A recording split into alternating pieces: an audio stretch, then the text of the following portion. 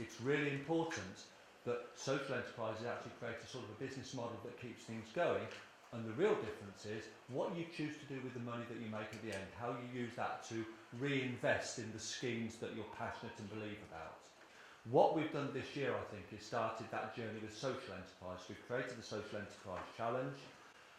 We've started to try to take the enterprisingness agenda across the university into Medway, into different faculties, into Avery Hill, into education, health and social care. Some of those people will be entrepreneurs, some will be intrapreneurs, changing things within. We've got a number of prizes. The first prize will be for £1,000. There'll be two £750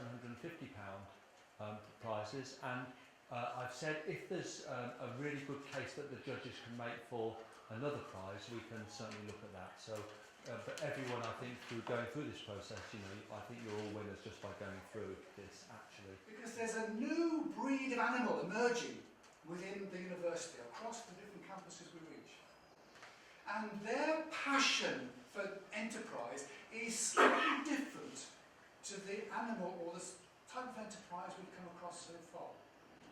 Because the mission and purpose, the stuff they want to do, is quite different. We're starting to see people come up with entrepreneurial ideas to do things differently. And the Social Enterprise Challenge is an opportunity for them to gain a little bit of support and help, and for that area of enterprise to grow a little bit more and raise its head above the parapet, and for us to push that forward. But this is new territory for us. This is virgin territory. We've never done this before. So it's a bit of an exciting journey. Hang on to your seats. Good afternoon, everyone. I'm Mutlaya Agoro from Angie Care Limited. I'm here to present to you about Angie Care Limited and what Angie Care stands for. The idea came to me when we have a lot of people looking for a job and there's none in my area. Mostly people around there have like skilled labor job, construction job, but there's nothing for mostly women who sit at home, nothing, no ideas, and look after the babies. I'm a registered mental health nurse by profession. What's the purpose of Angie Care? We provide services in healthcare, mostly in Kent, Southeast, private hospital, NHS, rehabilitation home, hospitals, residential homes, mental health, and prisons. We started December last year, and at the moment we've got about 200 in our locality that have come to register, and in partnership with DPW Job Centre, people that have not been work or that stopped work for quite a long period of time now, they've registered, we trained them, and they are now back into the community working, and they're quite happy with the services. At the moment, this is a financial chart that reflects the financial forecast for the next couple of years.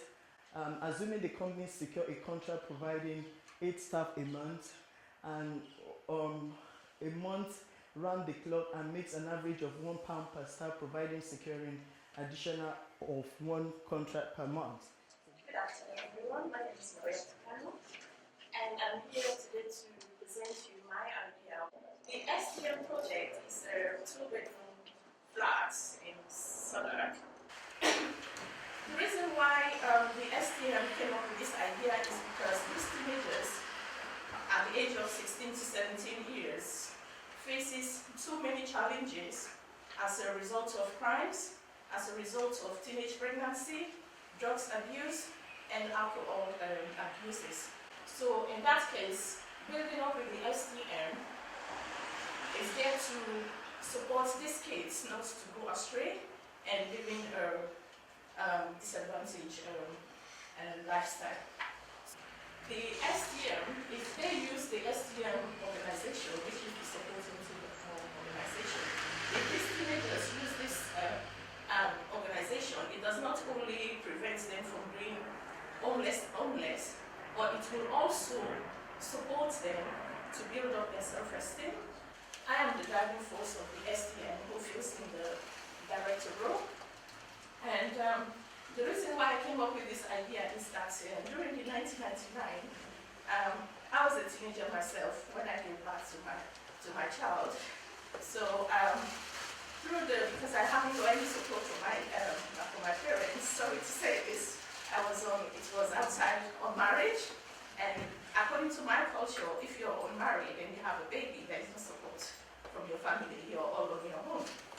So giving birth to this child, I know what I went through.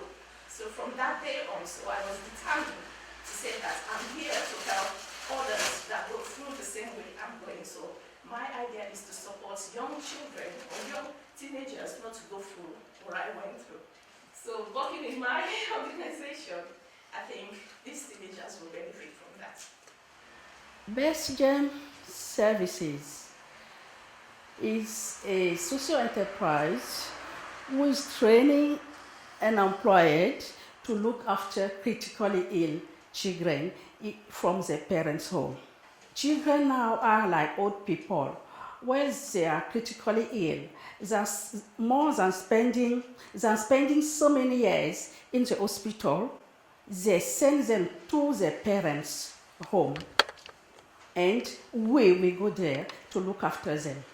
As a social enterprise, we have to raise our own money because I can't just take and go back. I have to give something because for me, life is about giving and taking. So what we have decided, it is when we collect computer from the UK, we go to Cameroon, we train children and young people for free. But all adults are going to pay. I'm Paula, and my business plan is to provide shelter for vulnerable mothers currently in the UK. My business idea is to have a community interest and company whereby that it's going to be generating and supporting families within the London Borough of Bromley, or it might be with Greenwich, because I currently manage a 20-bedroom hotel that currently we house mothers and children as well as young people who are currently homeless because of unforeseen circumstances. I've been doing it now for 11 years, so I have quite a lot of experience in doing so. And also, one of the main reasons why I've came up with PSVM is because right now there's a growing need for accommodation that only supports mothers and children, because my target at the moment, as I mentioned, is the social services, 16 plus, and temporary accommodation and asylum seekers, because those are the current ones who have actually shown interest. They've actually told me that this is what they're actually looking for. I've spoken to them already at length while I was doing my business plan for my final year. So what we're looking at is, at the moment, it's going to be 10 bedroom. I'll be charging the same rate that I have at the moment with them is £45 a night for a family room. The family room consists of a double bed, a single bed. They have their own personal shower built inside, sink and everything. So it's going to be like semi-self-contained. The only thing that they'll have to share is a communal area, which is a kitchen, which those rooms sometimes generate up to £1,300 for the month, right? Yeah. So over a period of 12 months, at £45 for the 10 rooms, we can get up to £195,000. So it is a lucrative business, and with the rights reform in 2007, domestic violence is the main reason why majority of females are currently homeless in the UK. My name is Phil Bobby, and I'm a Scottish student. Today I'm going to be discussing my program, which is Help the Youth. And so basically a mentoring program that I want to start in Hackney. My service aims to help children fulfill their potential through the service mentoring program. My program involves working with children in primary education between the ages of 9 to 12. We can use the service as a preventive measure instead of excluding these children. Maybe we can work with them and find out what might make them tick if it is because of behaviour. Also, what I wanted to incorporate into the program is motivational speakers, because I've noticed that really you don't get motivation speakers until you're like 16 onwards. But if we can encourage that from young, there's no reason why they shouldn't, have people like us to speak to. Like I said, what I want to do is teach them, if you like, some sort of responsibility and a bit of respect, so we can have a mutual understanding. Also, we don't want to rely on grants, so we're going to try to work with the schools and the other people that we're working with, like youth clubs and stuff like that. We're going to try to work with them so we can find out ways of actually generating funds as well together. So, I created this because, again, like I said, I was born in Hackney, so I grew up there. I also worked there. That's where my school was based, was in Hackney. Yeah, I would like to improve that community. Unfortunately, where I'm from, a large majority of young children, they don't look up to the correct role models, and it's not really something that anyone does much about. So I believe this would be something that I could do anyway to promote positive behaviours and actions and turn their attention to other things.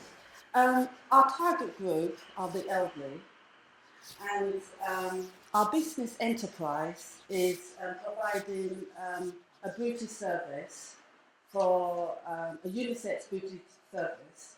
It's for the elderly and the terminally ill people. And the reason is that in society, these group of people are neglected. That by the year 2025, the number of people that will be over 60 years old will rise by 44%, because the elderly who will be working will rise from 36.8 million to 40.5 million. The reason why we got this idea is because we had a friend who was terminally ill, and her last wish was that she wanted a pampering session. Now, we provided this service for her, and then she looked in the mirror and she said, "That's not me." I said, "It's you." "No, this person is beautiful." I said, "That's you." I can't believe it. But from the expression from her face, I could feel that she felt so good. I had done something to her.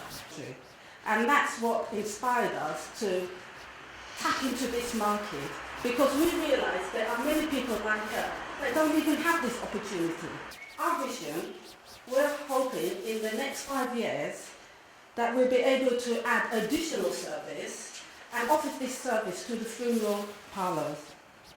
They have it in some hospitals, but not the way I manage myself and really wants to do it. And I explained that to Charles as well. I said, if they look, I think this is going to be a good idea, because a lot of people, because all these old people, they need it. They need these services. My name is Ruxandra Williamson, and I'm a colleague with all my people speaking before me here. I'm very nervous, like everybody else here before me. It's unbelievable how this box makes you choke.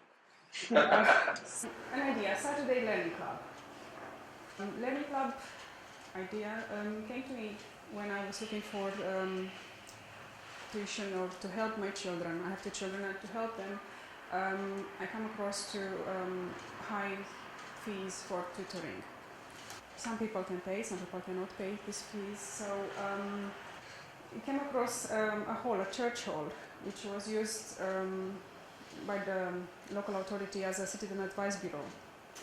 And that's where the local people, talking to them, they said here could be a useful idea to help the local children. Don't close it, don't sell it to developers, just do something for community. Or areas where children can come to clubs like this on a Saturday morning and do their homework. I did speak with other parents, and we spoke with with teachers. You see, these days, to find a good tutor requires money and stuff. This lady, Sarah, started with one place because she saw the benefits, she saw the and all the positive points. Start in this place, put the children, get them together, and see if you make a difference. Monitor the children and see if you can make a difference over the. Is it working? Yes, it's working. Then let's go to approach other schools. Lots of homework these days, majority of homework is set on online, and not many children on the margin of society have access to computers.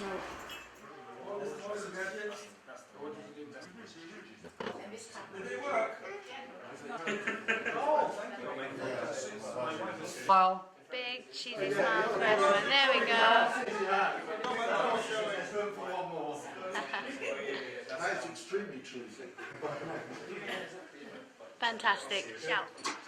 When I started today, I said I didn't quite know what to expect, and that was true. And I'd just like to say, every day I come to work, I learn something new. I've learned 1,000 things today. And most days, I'm seems to be amazed by something, and I've been amazed many times over today. I think the quality and passion and the knowledge that all of you guys spoke with was absolutely fantastic, and I'm sure everyone in here felt the same. That we could feel the power of your passion in presenting these ideas. I think that the whole thing was fantastic, and my centre here is called the Centre for Innovation, Imagination and Inspiration. And actually, you guys today have put substance to each and every one of those I words. We've seen huge imagination, we've seen great innovation, and we've certainly had inspiration in spades. It's been really interesting, and as Chris has said, what we haven't been short of is passion and enthusiasm for the project that you put forward. And that's, for me, what's made the social enterprise challenge really exciting for me. And the other really amazing thing that I've seen this afternoon, and you've all talked about marginal groups in society that get neglected, that get forgotten.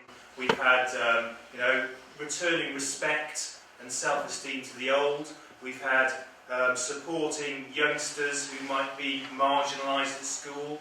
We've had a whole host of different projects that are dealing with difficult society issues. And I hope this is the first of many social enterprise challenges we see. We've made a really good start. It's totally in line with the university strategy. Part of what we want to do is give back to the community, and all of you are about giving back something to your community based on your personal experiences. So, 4th place and a prize of £250 goes to Roxandra Williamson. Marietta Canu comes for 3rd place with a prize of £500. And in 2nd place with a prize of £750